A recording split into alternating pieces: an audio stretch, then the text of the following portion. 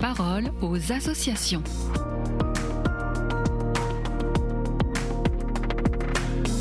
Bienvenue dans la parole aux associations. Aujourd'hui, je suis avec Amélie Berthelin, responsable de l'information à l'aide à l'Église en détresse. Bonjour Amélie. Aujourd'hui, vous nous parlez du Pakistan. Bonjour à tous. Et cette fois-ci, c'est une bonne nouvelle. Après 4 ans et demi d'épreuves, 2 infirmières chrétiennes ont été acquittées de blasphème dans une décision judiciaire historique. Et cela grâce en partie à l'action de l'AED sur place.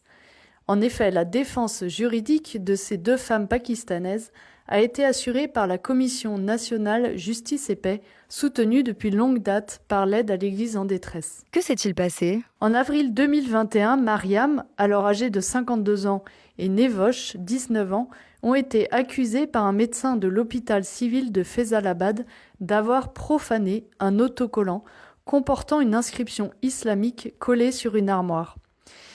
Et puis, à mesure que la nouvelle des accusations se répandait, les 2 infirmières ont échappé de justesse à un lynchage par une foule en colère, puis elles ont été inculpées pour blasphème en vertu du code pénal pakistanais qui, je le rappelle, prévoit la réclusion à perpétuité pour toute atteinte au texte du Coran. Les 2 femmes ont ensuite été arrêtées et détenues pendant 5 mois par les autorités pakistanaises. Et puis tout au long du procès, qui a duré plusieurs années, les infirmières et leur équipe juridique ont subi des menaces de la part d'extrémistes à tel point qu'elles ne pouvaient pas aller travailler. Enfin, l'affaire a finalement été tranchée en novembre dernier, lorsque le juge de district les a toutes 2 acquittées de blasphème, estimant que le plaignant n'avait pas été en mesure d'étayer ses accusations. Et l'annonce de cette décision ne sort qu'aujourd'hui ? Oui, en effet, car le délai pour faire appel de la décision est désormais expiré et nous sommes donc autorisés à annoncer publiquement la bonne nouvelle de l'acquittement. Le père Khalid Rachid Ali, qui a beaucoup aidé à la libération de ces infirmières avec le soutien de l'AED, a insisté sur le fait que cette décision d'un tribunal de district était très courageuse et constituait une évolution positive et rare de la pratique judiciaire au Pakistan. Nous ne pouvons donc que nous réjouir pour ces femmes et de voir que notre action sur place, grâce à tous nos bienfaiteurs, porte concrètement du fruit. Est-ce que les infirmières ont désormais retrouvé une vie normale ?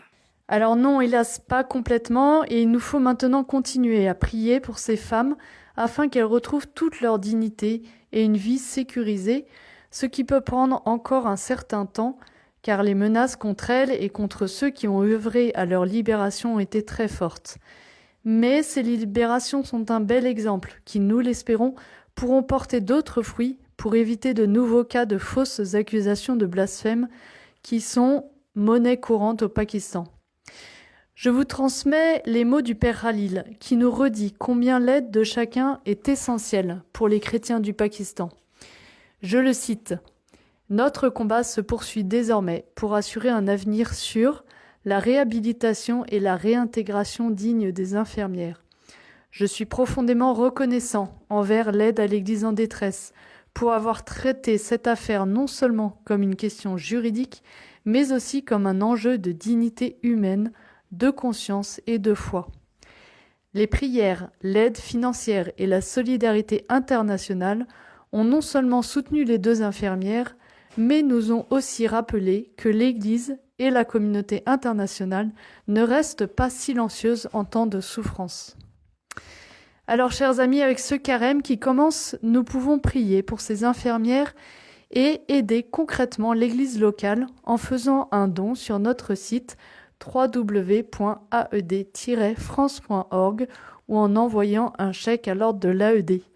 Merci et à bientôt. Merci beaucoup Amélie, on retrouve l'aide à l'Église en détresse dans 2 semaines pour une nouvelle chronique sur KTO Radio. La parole aux associations.